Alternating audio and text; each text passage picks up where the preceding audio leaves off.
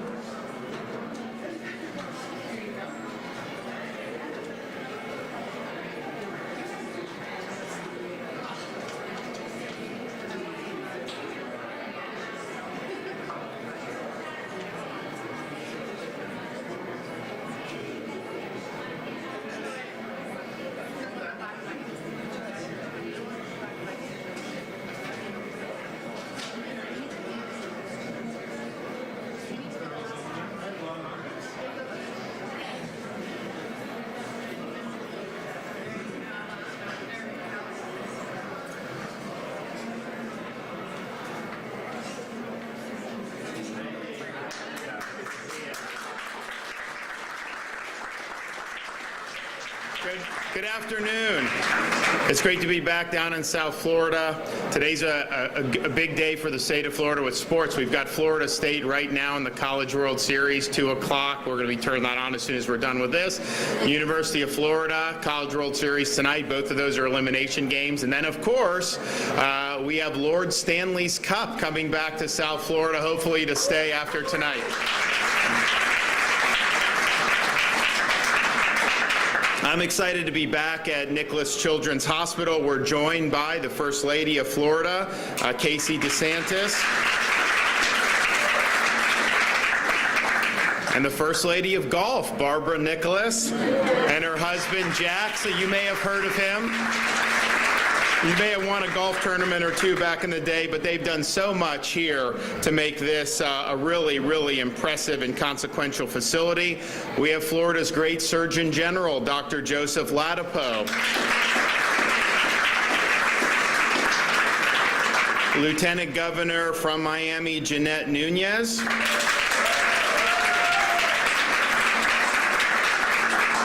And we have Senators Harrell and Ana Maria Rodriguez.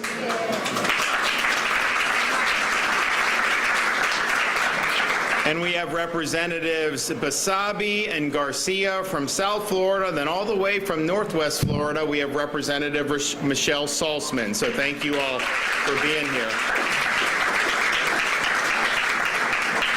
Now, where we are today with Nicklaus Children's Hospital, we can say that this is one of the leading pediatric hospitals in the nation, highlighting the nationally recognized patient safety and quality achievements. Nicklaus Children's Hospital was named a top children's hospital by the Leapfrog Group this year. Additionally, Nicklaus Children's Hospital received its 5th consecutive magnet recognition from the American Nurses Credentialing Center's Magnet Recognition Program. That is considered the gold standard for nursing excellence nationally, and Nicklaus Children's is one of only 5 children's hospitals in the nation to have received a 5th designation. And of course, at the heart of all this has been the amazing work of Jack and Barbara Nicklaus. They've done so much to improve the lives of people in South Florida. We're honored that they've made Florida their home for so many years, and I know they're going to continue to do a lot to better the lives of Floridians. And we are also answering that call in the state of Florida. The budget that I signed into law, as well as the legislation that I will sign here today, is going to make a positive impact on the health of Floridians, particularly with respect to the health of our children. This budget now has a lot of investments across the board, not just what we're going to talk about with particularly the cancer, but this budget has record funding for K-12 education, record funding for higher education, and our higher education is ranked #1 in America. Our overall education is ranked #1 in America 2 years in a row by U.S. News and World Report. We also are doing that with no tuition increases. We haven't raised tuition in Florida for years, like 10 years. So as in-state, you can go to college here for about $6,300. You can't beat that in other parts of the country. We are also able to do record funding for Everglades restoration and conservation efforts. We have a beautiful state, and we've got to make sure that we continue to be good stewards of this great environment of ours. And so we've been able to deliver time and time again on real significant support. And we have done a big infusion in transportation and infrastructure, the biggest transportation FDOT budget ever, as well as our Moving Florida Forward initiative. We recognize the state is growing. I'm not asking people to move here. They just keep moving here. And so we got to get ahead of this. It's a little harder in this area than in some other parts of Florida because some parts have a little bit more room to build some more roads. But we've accelerated infrastructure projects that weren't even started to begin until next decade are now underway, including here in South Florida. And we're going to end up bringing these projects in for a landing 7 years ahead of schedule, 10 years ahead of schedule, in some places even 15 years ahead of schedule. So we're doing all of that, and what I'm going to talk about with health care, in a budget that actually spends less than we did the year before. How many places overall are actually spending less than they did before? I know the federal government is not doing that. They're borrowing and spending huge amounts of money. So as part of our budget, we actually have funds to accelerate the repayment of state debt, and we now have the smallest per capita state debt of any state in the United States of America.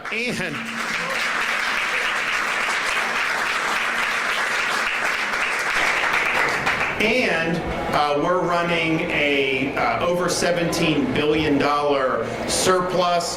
That's like the second largest in Florida history. The first largest was like a year or two ago. But we had all this, and I'm like, we've got to do. So we did $2.5 billion in tax relief, Moving Florida Forward. We've done all that stuff. So we've quadrupled the rainy day fund since I've been governor. So we are in great fiscal shape. So when we talk about some of the investments we're making in healthcare, just know that we're doing that within the context of a budget and a fiscal situation in this state that has never been better. And I want to thank the legislature for being good stewards. Also had to do a little bit of vetoes to make sure that we're into where we need to be in, but I think it all worked out very well, and we're in really, really good shape. Now, what we're doing here. So in the past 2 years, we've invested more than $138 million to expand pediatric services for kids in need. Additionally, nearly $85 million was provided to specialty children's hospitals that provide acute care services to children. And that's going to be really significant for these organizations to continue. Nicklaus Children has a line item in the budget for an additional $200 in need. Additionally, nearly $85 million was provided to specialty children's hospitals that provide acute care services to children. And that's going to be really significant for these organizations to continue. Nicklaus Children has a line item in the budget for an additional $255,000 to support providing specialized care for patients served through children's medical services. And so that'll be something that'll be good. But I think here and other facilities around the state are going to benefit from the real significant investments that we're making. First, as part of the Live Healthy initiative spearheaded by our Senate President Kathleen Passidomo, we've got an additional $456 million to support the health of pregnant women, new moms, and children. And we've never done anything at that level in the state of Florida. And so I was happy to sign that into law. And then we've also made historic investments in cancer research. And we want to do all we can to be able to save lives, to be able to combat this significant scourge. And so our budget will allocate more than $232 million for cancer initiatives with $60 million for the Florida Cancer Innovation Fund.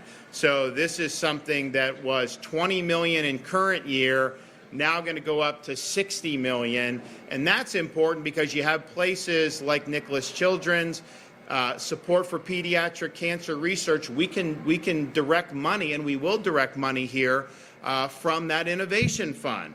We also have $127.5 million for, named after the First Lady, the DeSantis Cancer Research Program. So that's something that's really significant. Now, they already awarded for this year $20 million for the Cancer Innovation Fund. That was 30 cancer research programs across the state. And this is something that's really significant. You know, when you're dealing with medical research, there's obviously a role for the private sector, but that's really only viable if you have a prospect to be able to do something that can be monetized, because otherwise the money is just being spent. So when we're doing stuff in the state, sometimes it may be something that the odds may not be as good, but we think that something that potentially could have a big payoff, and so we're willing to do that. Now, one of the things that with the First Lady's Fund is that it's really confined to these National Cancer Institute entities, and we have three of them now in Florida, and that's great, and they do a great job. But we really believe that we need to be diverting even more resources to places like Nicklaus Children's, other places, particularly with pediatric cancer, that may not be NCI designated. So the Innovation Fund will be able to do that, and we're going to be working with the legislature to try to maybe tweak the First Lady's program so that that's something that will be available for more than just a handful of institutions. Finally, I'm also proud to announce that Florida has invested another $3 million to support research and grants specifically for pediatric cancer over and above what I just mentioned in this year's budget. So this is something that's really significant. I'm proud that the legislature has funded these priorities. I think it's something that's going to make a difference. It already has made a difference, but I think the best is yet to come. Now, we also have some legislation that I'm going to sign. So I'm going to go through these bills very quickly, and then we're going to hear from our more important guests, starting with the First Lady. First, Senate Bill 1582 makes several changes regarding the Department of Health, including establish new recognized professions and programs within the department. Importantly, the bill creates the Andrew John Anderson Pediatric Rare Disease Grant Program to provide grants to advance research and cures for rare pediatric diseases. This initiative was led by Representative Anderson from Pinellas County, who lost his son to an ultra-rare disease when his son was just 4 years old. There are also over 7,000 known rare diseases affecting over 350 million people globally and 30 million people throughout the United States. That's almost 10% of our country's population. So this is something that's really important. And this grant program will be laser focused on those rare diseases. To date, the program has already received over 30 applications demonstrating that there is strong demand for this type of funding. SB 1582 also standardizes newborn, infant, and toddler health and hearing screening to ensure timely diagnosis of diseases. And through all these changes, we will expand research efforts and cut bureaucratic red tape, giving families a better shot at quickly identifying and fighting pediatric disease. I'm also signing Senate Bill 7072, which will deliver more funding, research for cancer research, initiative, and treatment. And as I mentioned with the First Lady's program, this bill will enhance the program. It will promote high-quality, innovative health care for people undergoing cancer treatment in Florida. It also provides new requirements to bring accountability to our cancer institutes, because this is taxpayer money we're talking about. We're not just putting it out willy-nilly. We want to see metrics. We want to see results. We want to make sure that money's being spent well. And that's something that's really, really important, not just for taxpayers, but also for the patients. The bill codifies the Cancer Connect Collaborative in law by establishing with the Department of Health to advise the department and the legislature on developing a holistic approach to the state's efforts to fund cancer research initiative, facilities, and treatments for cancer patients. So under this bill, the collaborative will play an important role in advising the department on the awarding of grants issued through the Cancer Innovation Fund. It'll make recommendations on proposed legislation, rules, best practices, and reporting, and will develop a long-range comprehensive plan for the program by December 1st of this year. So I think in that plan, you'll probably see something about making sure that the pediatric centers like Nicklaus are even more to be in the kitty to get support, and we certainly support that. So we have new appointees. I think they may be here. Are they here? Dr. Scott Ackerman, Dr. Nick Panetta, and then our Secretary, Jason Weed. Okay, so we got two of them, and then Jason Weed as the Secretary of the Agency for Healthcare Administration. So I know that they will be good members of that, and it's really, really important that we're able to do. So we will be moving forward on that, and I think you'll see a lot coming, and I'll let the First Lady discuss more of that. Finally, I'm signing House Bill 885, which requires the Division of State Group Insurance Program and allows the Florida Medicaid to provide coverage for biomarker testing for the diagnosis, treatment, management, and ongoing monitoring of diseases or condition. So this is a way to look for genes, proteins, and other substances that can provide information about how certain treatments will work for that patient. So that is now covered under those programs. So all in all, this is a really significant day. You're going to see more and more positive outlook on funding for cancer research and many of these other programs. And I would note, if you look over the last many years, you've seen Cleveland Clinic has done a lot. Mayo, all these places have done a lot more in the state of Florida. I think there's a demand for it, and I think you're starting to see that demand being met. I know they're working on stuff in Palm Beach. So all in all, I think we've got a lot of good momentum. So enough from me. I want to invite up our speaker. So we'll start with the First Lady of Florida, my wife.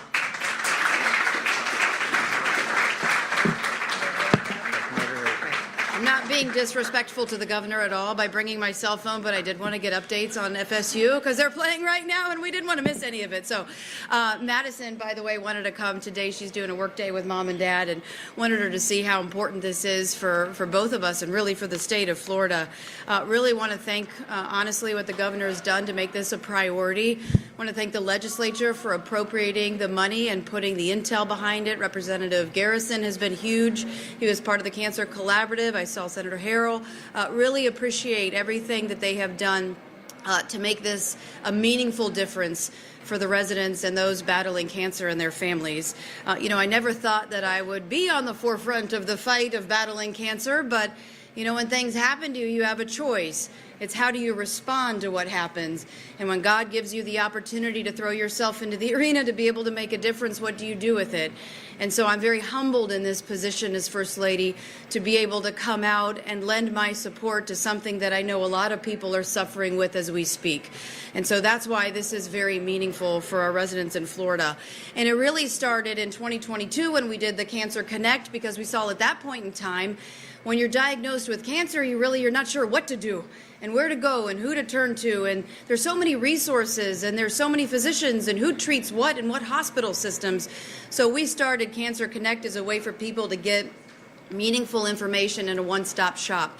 The other thing we did with that was to provide testimonials, because I can tell you personally, one of the hardest things is when you feel like there's no hope, right? That you're wrestling with the day-to-day just really difficulties of having cancer. And so to hear people, and I was very blessed because wherever I would go, I'd have somebody and they would recognize the governor and they'd figure out who I was and they'd come up to me and they would say, stay strong, you can get through this. I was a stage 4 cancer survivor and I'm here, standing tall 20 years later. Or I was stage 3 or stage 2. And when you hear those kind of stories, because you always think worst case scenario, it gives you hope. And there's a lot of people out there who are like that. There's a lot of new innovations. There's a lot of new technologies. There's a lot of new treatments. And so there's a lot of reasons to have hope. And so we wanted to make sure that the people across the state had that hope as well. So that's really where it started in 2022. Now you fast forward to where we are today, and we started with a Cancer Connect Collaborative, which was kind of an ad hoc group of folks that we got together who were in it for the right reasons to come up and brainstorm about how we can make it better. And now today, with what the governor is signing into law with the legislation, it really solidifies it, and it gives them the ability to really take a deep dive into what's happening. And it's really founded on 5 principles, and one of which is the data. We need to have a better approach to how we're looking at the data across the state of Florida. Occurrence rates for cancer, that's huge, because if we're seeing something in one part of the state, we need to know now so we can respond. If there's something that's environmental, we need to be able to be on top of that. We can't wait 2 years, which is how it was originally doing. We had a 2-year lag on all of the data. So now we have that coming in, hopefully quicker. The other thing, we're the first state in the nation to do reoccurrence data. So it's cancer. Are you getting a reoccurrence, and what path, and what can we learn from that? Are things getting better, or are they getting worse? Is there something going on now that we need to know about? What's happening? We need situational awareness, and we need to work amongst the hospital systems. The other thing I'm really proud with this legislation is the funding. There's a lot of money that's being appropriated to this. I think it was $120 million with a $60 million, or $60 million for the Innovation Fund. We need to have accountability on it. Because it's one thing to spend money, to say, oh, we're spending money for cancer. But, I mean, we need to know, is it working within the hospital systems? And if it's not, well, then we need to communicate that. And that leads to best practices, too. So if Hospital A has a really great innovation and a technology, man, Hospital B needs to know about it. We don't need to have, and I'm not saying that everybody does this, but the walls of having like a competitive advantage between one hospital system and another. I mean, I know I particularly had something that was incredibly beneficial to me. I want to make sure that every woman knows that that procedure and technologies are out there. And so I think better communication and collaboration is huge. Innovation and barriers to entry. You know, we don't need red tape and bureaucracy, and that's right to what he's all about. Let's just get it done. If there is unnecessary barriers to be able to provide opportunities and hope to people in Florida, like cut through the red tape and get there. And then really, and this is one too, and I know that the collaborative is going to work on this, is what is causing this? I mean, we know, yes, don't smoke. We know there are certain things that we can do. We can exercise more. But there's things beyond that. And it's like, I look at somebody like me. I was relatively young. I had 3 young children. I had no prior existing condition. I didn't have any of the BRCA genes. And then I get cancer. And so it's like, what can I be doing? What can the people of the state of Florida be doing to protect themselves and to be able to protect their families? What do we know? It's like, take all of the normally say BS aside, and let us know the truth of what we can do to better equip ourselves. And I know that the collaborative is going to do that. So honestly, it's an honor and it's a privilege to be here with my daughter, who's been an inspiration, and of course my husband, who helped me get through every step of this process. And then now to be able to doing something with lasting effect in the state of Florida, it's very humbling. And I only pray that the people out there know that there is hope, and that we are fighting for you. So never, ever give up. So God bless you. All right, good job,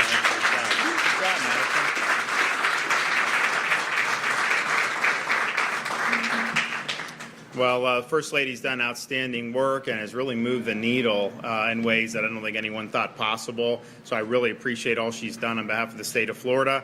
And I also appreciate what Jack and Barbara Nicklaus have done on behalf of the state of Florida. They're the founders of Nicklaus Children's Healthcare Foundation. If you look at all the good that's been done down here, it all goes back to them. They didn't need to do any of this. I mean, they had great lives. He was a great champion, but this is who they are.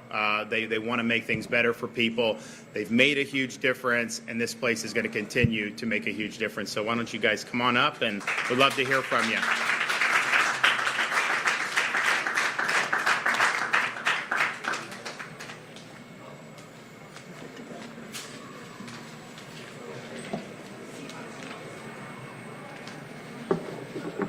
You want me to go first? Well, thank you, Governor, First Lady DeSantis. Barbara and I are honored to be here alongside you to announce the continued improvements in pediatric health care and research in Florida. But you know, before we get to that, Governor, you're a busy man. Casey, you're a busy girl. 3 kids. You got them out in the golf course. You got watching Florida State and Florida play baseball. You got the hockey game tonight. And you come down here and do this. Thank you very much. But the state's investment in such programs makes such an impact in the lives of Floridians and especially our children. You know, we're parents of 5. We're grandparents to 24. And now great-grandparents to 7. Wow. All 2 and under. So we join many in offering our heartfelt appreciation. We look forward to working with you to further growth efforts to invest in pediatric cancer care and research here at Shaham. Where is right here, the Shaham Cancer Center, who have so kindly have helped us and been with that. We appreciate that so much. And helping us, and of course here at Nicklaus Children's, and of course at the state's 3 other specially licensed children's hospitals.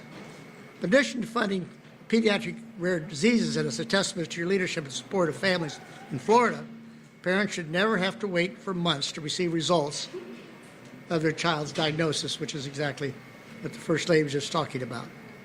And we are grateful to you, to Speaker Renner and Representative Anderson, for making additional investments in the area of rare pediatric diseases. And Governor, we stand with you to continue further pediatric health care so no child or family will have to leave our great state of Florida for care. And I think along with that, the things that Jack mentioned, we want to make sure that we take care of our children in Florida. And I often call our doctors at Nicklaus Children's Hospital angel doctors, because I truly believe that they perform miracles every day. The floors above us today are filled with children in intensive care units.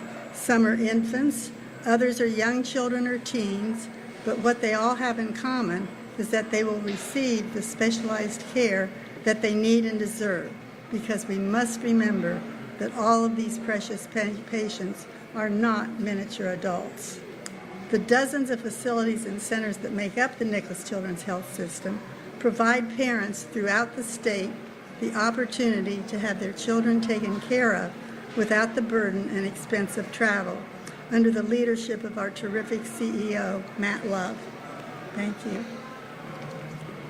Governor, Jack and I thank you from the bottom of our hearts for joining us today, and thanks to you and First Lady Casey for sharing our passion to help children.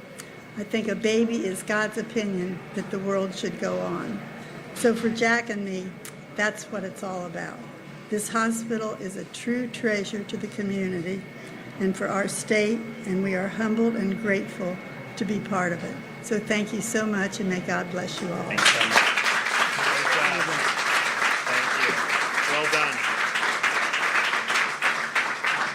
Well, thanks so much to Jack and Barbara. You guys have made a tremendous impact. It's been, we're fortunate in Florida to have so many people that step up and do a lot. And, you know, we were just watching the U.S. Open yesterday, and you see how difficult it can be down the stretch, you know, missing putts, this and that. This guy won 18 major championships, and that's not going to be beat.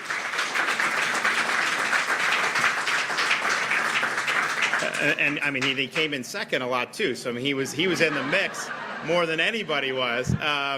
And has had some of the greatest moments. What's the number one thing when people meet you first time? Do they, 86 Masters? Is that the number one thing people remember? Yeah, I mean, that was an incredible thing. But, you know, he reminded me, we were at the Ernie Els charity dinner a few months ago, and I was like, you competed even beyond that. And he came in the top 10 in the Masters when he was almost 60 years old in the late 1990s. And so that's really incredible. So now kind of Florida is the epicenter of golf. We got so many of these professional golfers that live in southern Florida, and we're proud of that. And it's a neat thing to have in this state. And, you know, Jack also, because he had a grandson that played at Florida State, he redid the Florida State University course. Didn't even charge him. He just wanted it to be good. And now it's one of the greatest college courses that we have in the country. So all this is great. Putting the money is great, but you got to have leadership both we have Jason Weed that's going to be on this board, but also the Department of Health. And, we saw a lot during COVID. A lot of these health departments really went haywire, and they just were not doing what was evidence-based. And Dr. Ladapo was one of the few who was willing to follow the evidence and make sure that we were doing things in the state of Florida that made sense. And those were right, whether it's having kids in school, whether it's you go down the list, he was leading on that. So I feel good about the funding. I feel good about some of these policy changes, but I know with Dr. Ladapo at the head leading the Department of Health, this stuff's going to actually get implemented. It's going to be effective. So I want him to come up and say a few things. Come on up.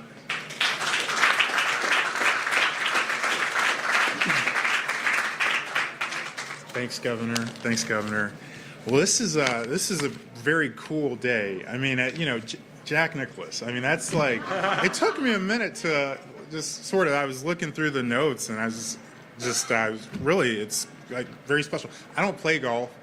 I don't enjoy golf at all, but I really admire people who are at just the top of their game, and they do amazing. I have. It is not a game for me. I mean, I would. That is not. It's not on my list. Maybe we get him out to Bears Club, get him a lesson. He'll get hooked very quickly. I've tried many times, I should say, and I tried. I gave it I gave it a good go. I tried. I promise. So it's cool. It's cool.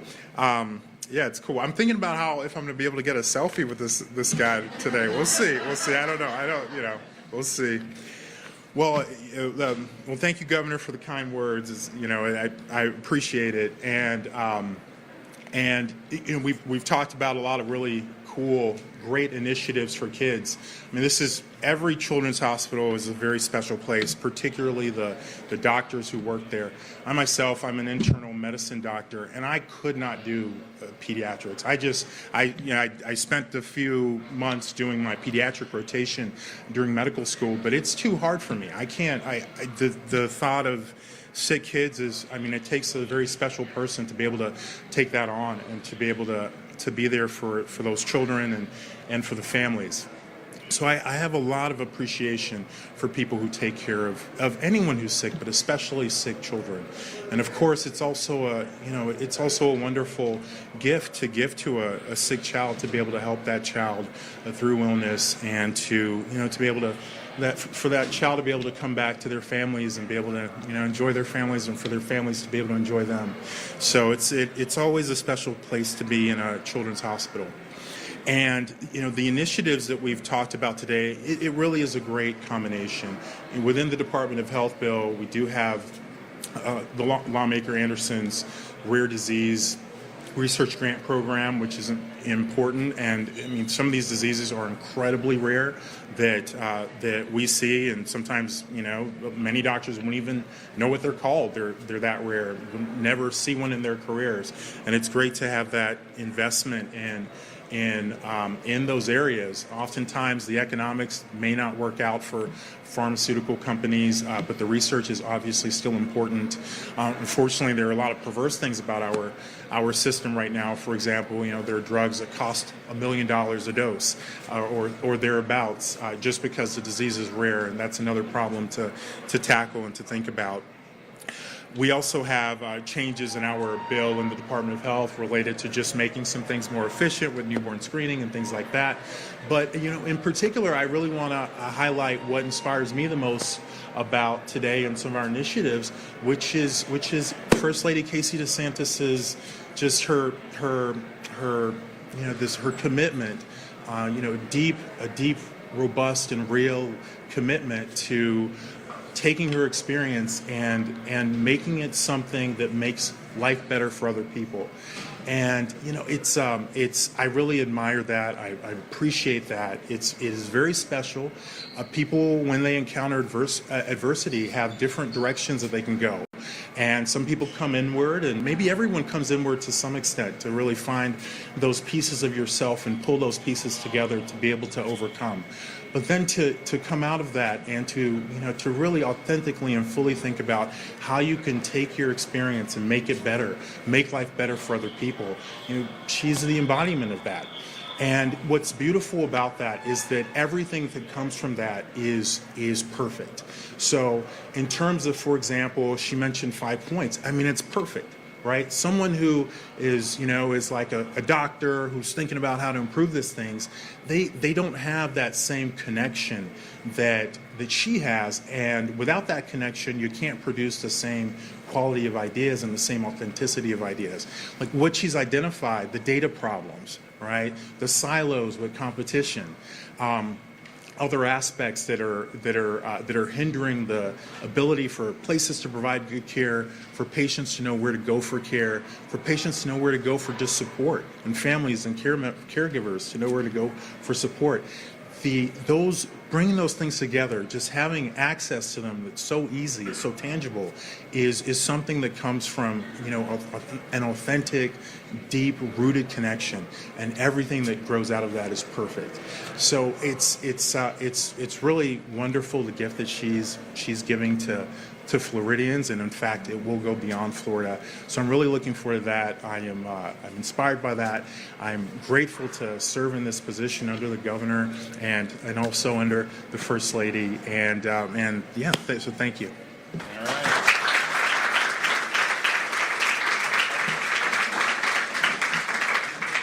Now, Joe is very outward about health is not just about pumping pharmaceuticals in. He talks about the exercise and the diet and everything. And just for the record, walking 9 or 18 holes of golf is very good exercise. So you should start incorporating that into your recommendations. Just put the bag on your back and go do it. It's good.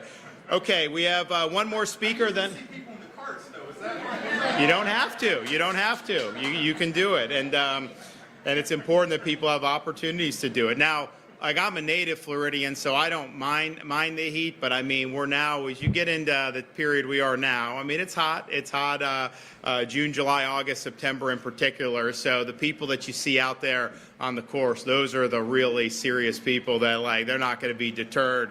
We start to have the courses be a little bit more populated when the weather moderates a little bit, and so that'll happen as we get into the fall and winter, of course. Okay, one more speaker, Senator Harrell, come on up, and then we'll sign the bills.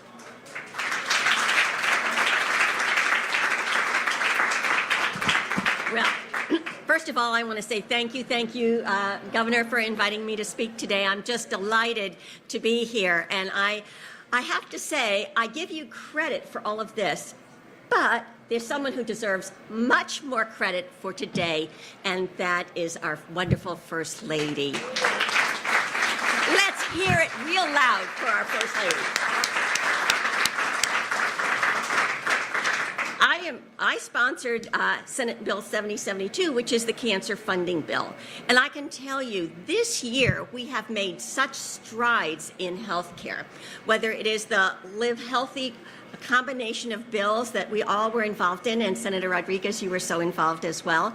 But to me, this bill is so important. It is putting more money into cancer funding than we have ever done in the history of Florida. You go back to 1986 when we started Moffitt Cancer Center, and I distinctly remember that. My husband was an OBGYN, and we referred, and I owned a mammogram center. We referred a lot of people to Moffitt. Today we have 4 NCI designated institutions in the state of Florida. The changes that we have made under your leadership in the last 6 years, and specifically in cancer, from what you have done is amazing. My daughter had breast cancer, and her daughter, who is sitting right over there, my granddaughter's visiting, and she was barely her age when my daughter had stage 3 breast cancer. And I think of where we are today in the research that we are putting specifically into breast cancer. It is amazing.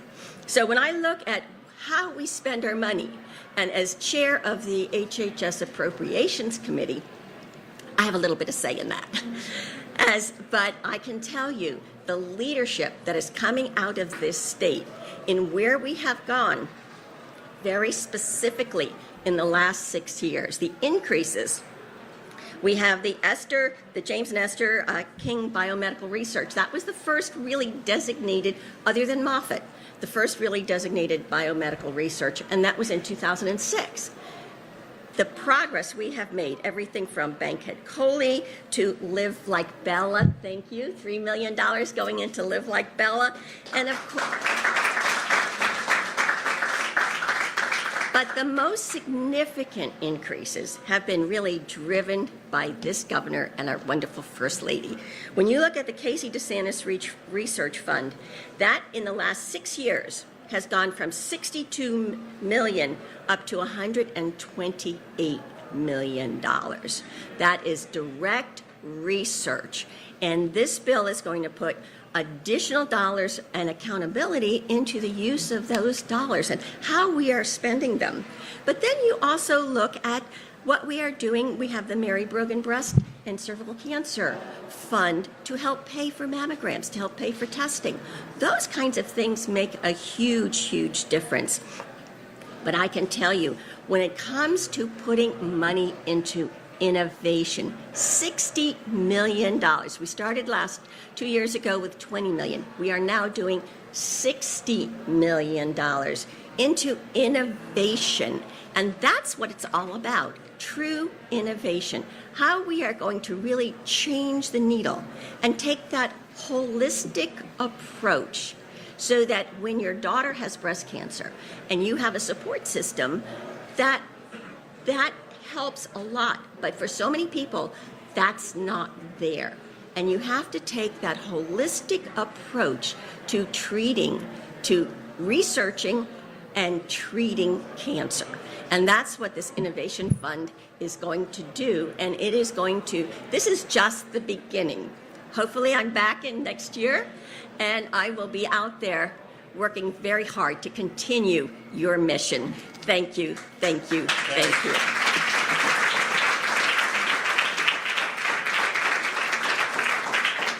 Okay, so everyone that's going to participate, we'll gather around here. Madison, I'm going to need your help with the pens, so come on over here. Jack and Barbara, Joe, you guys get up here. All right, now. All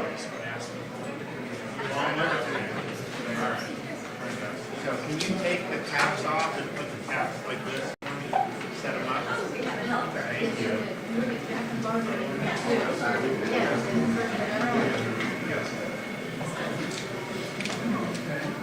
Get it?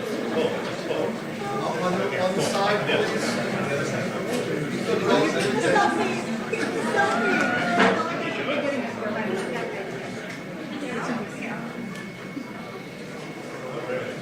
All right. Just hand me the pens now. Hand me one. All right. Today is, what's today? 18. 18? Down in front. Down in front. Please. Phones down, everybody, please.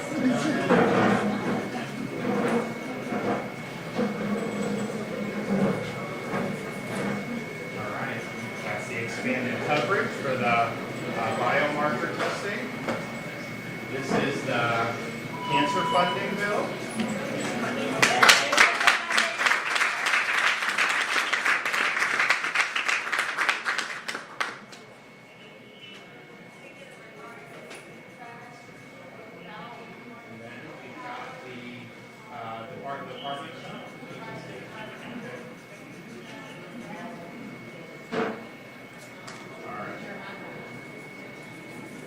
Okay, who wants a pen? That's so you. There you go. Anybody else? All right, and then I've got, do we have any kids? That's water, that's not permanent, so you can have that one. Anyone else we can do? You guys do one of those. All right. Yeah, you guys do that. All right. That's those, anyone else who wants one? All right, so we're going to hold these up. Madison, can you hold these? Can you help me hold up? Will you hold this up to the cameras? All right, let's do it this way so they can see it. And then we're going to do these two. All right, there we go, guys. Let's go.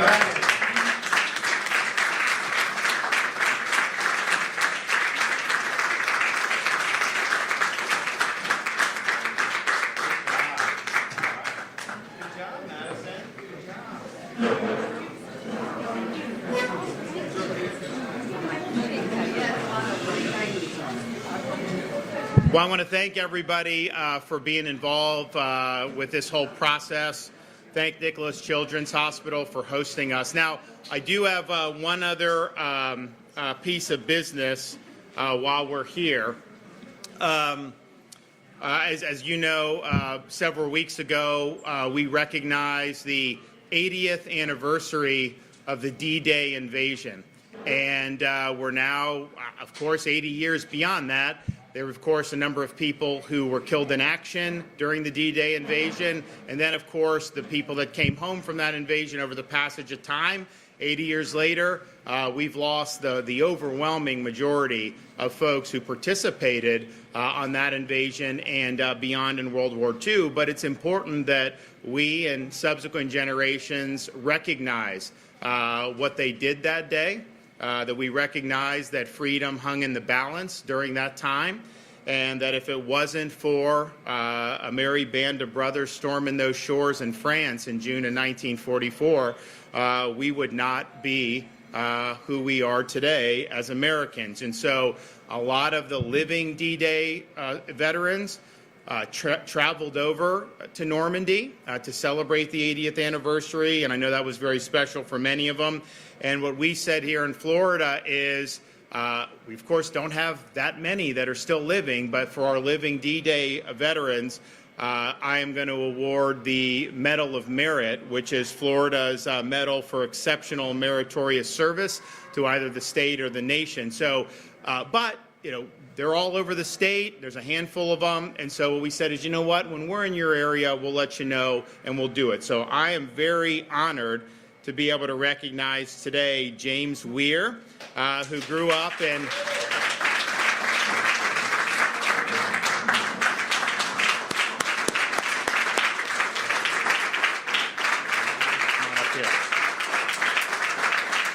Right here. There we go. So, James grew up in Mount Pleasant, Pennsylvania, not far from Pittsburgh. He joined the U.S. Navy in August of 1943, and he went to war on behalf of our nation, fighting in both the Europe and the Asian theaters.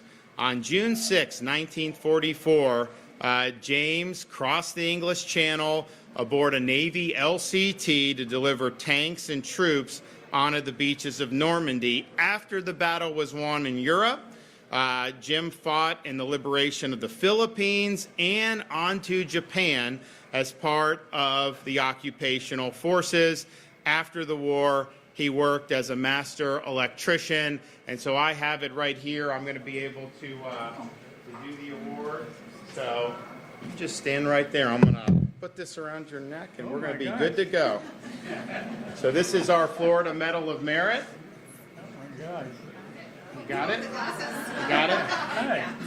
There it is. Wow. And then this is for a shirt lapel to go along with it.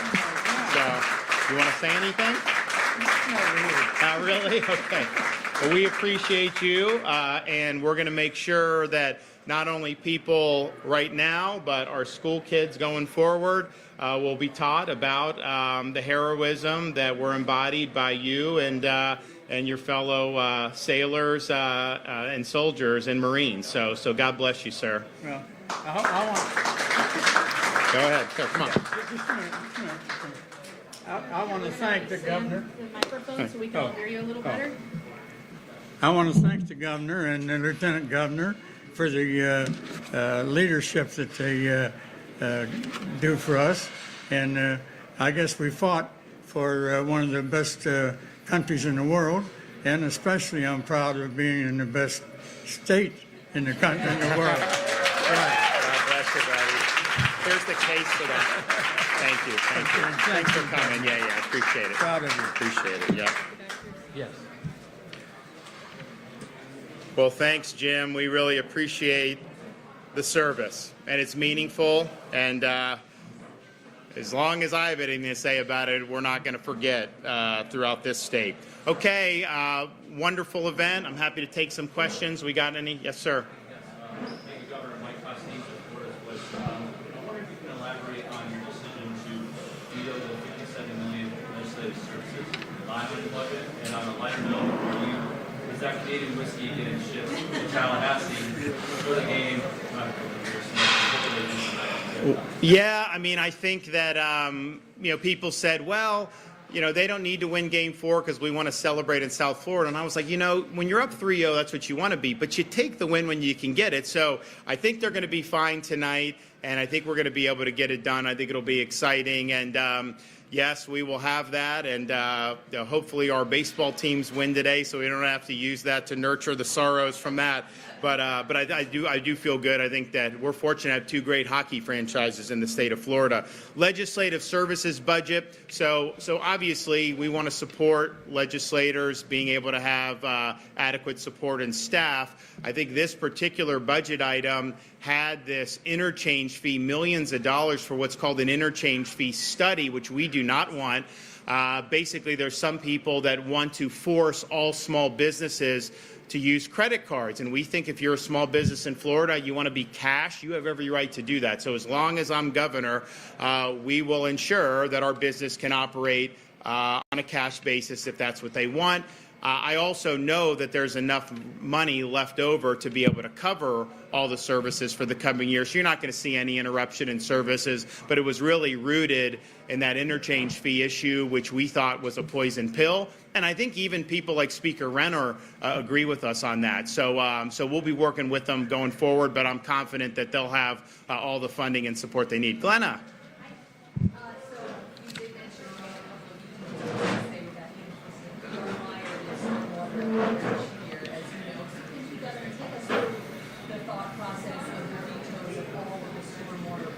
Because we have, exactly. So I signed a bill in South Florida, not too just north of here, where we are dedicating hundreds of millions of dollars for those projects. And so what we said was, it's not that they're not valuable projects, but we have the money available. If we're going to have a grant program like that, then don't litter the budget with separate things. Let's move it through the grant program. So I think what you'll see is a lot of those things will end up getting funded, but they're going to be funded through a grant program, and I think that's what it is. And if you want to litter the budget with it, then let's not do the grant program. But I didn't think doing both made any sense.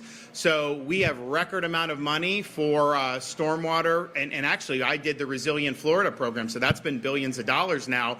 And so we're going to continue to do that, but we got to do it in an intelligent way.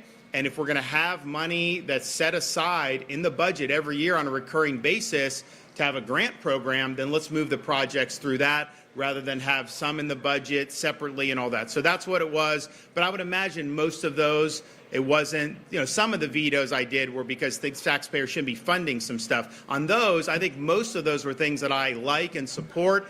But I think that they need to be channeled through the grant program. So they will get done, and we'll work with them for it. And we have worked a lot on our Resilient Florida initiatives as well to provide matching money for local communities to be able to improve infrastructure and do things to be able to help with those things. Yes, sir.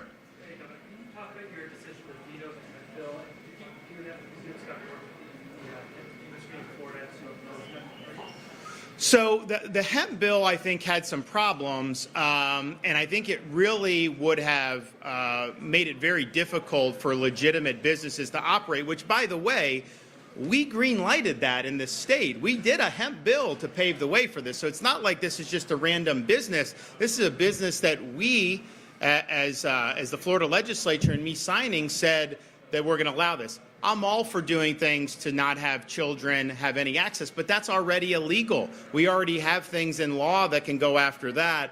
So there was other things that I thought were heavy-handed. Now, looking at it, the marijuana industry was supporting this hemp bill. I mean, I think the marijuana industry wanted this hemp bill. They wanted they wanted to curtail that industry, and then they want to be able to get this Amendment 3 passed, which, for those of you who don't know, what they're trying to do, Amendment 3, recreational marijuana, but it's much beyond that. If you actually read the text that will go in the Constitution, it says you can have no penalties for possession or use, civil, criminal, anything, for use or possession of marijuana. Now, the problem with that is the entire state will smell like marijuana if that passed.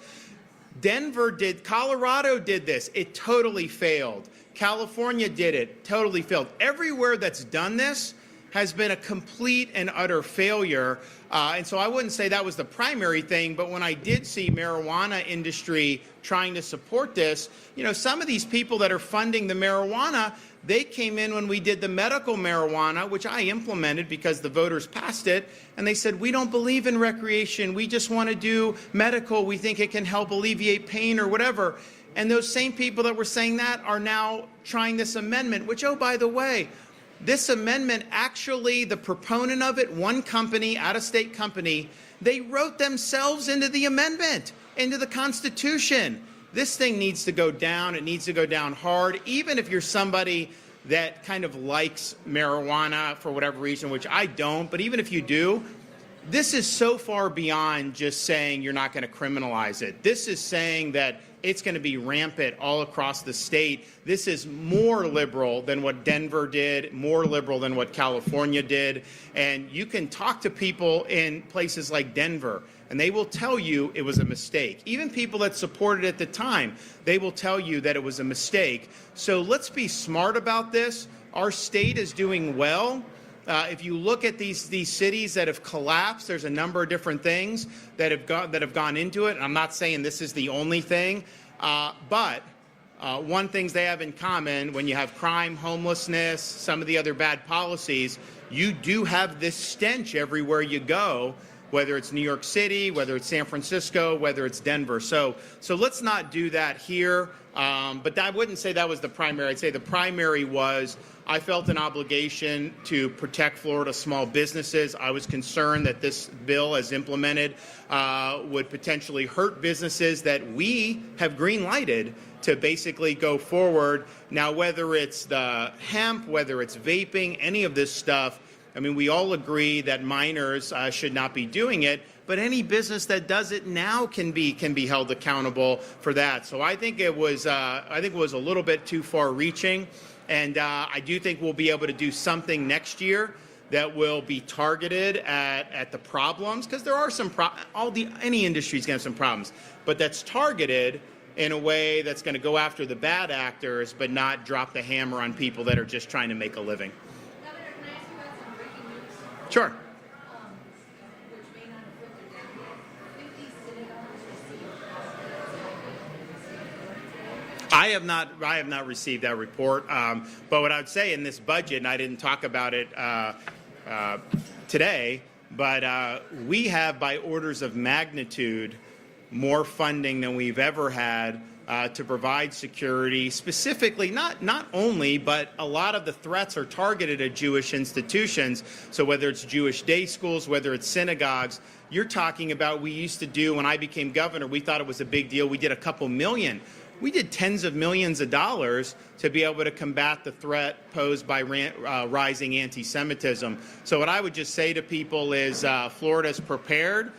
We have put our money where our mouth is, and if you're going to try to bring that to our state, you're going to end up hitting a brick wall, because we're going to fight back, and we are not going to let universities in this state end up like Columbia University or some of these others. We will make sure that we have order in the court. We make sure that the inmates are not running the asylum, and if people are being targeted because they're Jewish or for any other reason, we're going to hold the offenders accountable. Yes, sir.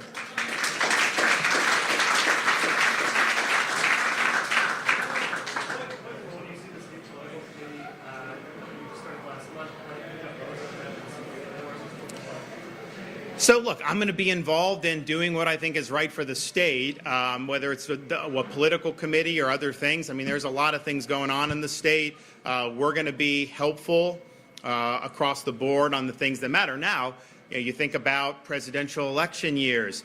It used to be all eyes of the universe would be on the state of Florida because it was such a close state. Not too much of a close state anymore. Those statewide races, I don't think, are going to be terribly competitive. Clearly, the governor's race wasn't terribly competitive in 2022, but I think that that's the direction that's going. So you do have some of the constitutional ballot initiatives, but then you also have some of these prosecutor races, which if you look at, I mentioned the marijuana, but if you look at how some of these cities have declined around the U.S., if I had to pick one thing that's been most significant and consequential, it's the election of these progressive prosecutors who don't want to prosecute criminals. And they put people back on the streets, and that has been disastrous. So we don't want that in Florida. So we've got a race in Tampa. We've got a race in Orlando. And look, I mean, I'll play whatever thing I can do to help. I think that there's going to be a lot more than just me, but we want to be helpful for all of that. But it is a different political landscape here in Florida. Now, I think when I got elected, we had almost 300,000 more registered Democrats than Republicans. Now we have 940,000 more registered Republicans than we do Democrats. That's a massive, massive change that I don't think any state has seen in modern political history. And so I think it's just a result of the fact that we've produced good results and people have responded accordingly. So we're excited about what lies ahead for the state. What we did today is important. All the stuff they're doing at Nicklaus Children's, what they're doing at Sylvester, they're doing all these places really is meaningful, and people know that you got a great First Lady behind those efforts, and I'm just kind of along for the ride at that point. Thank you, guys.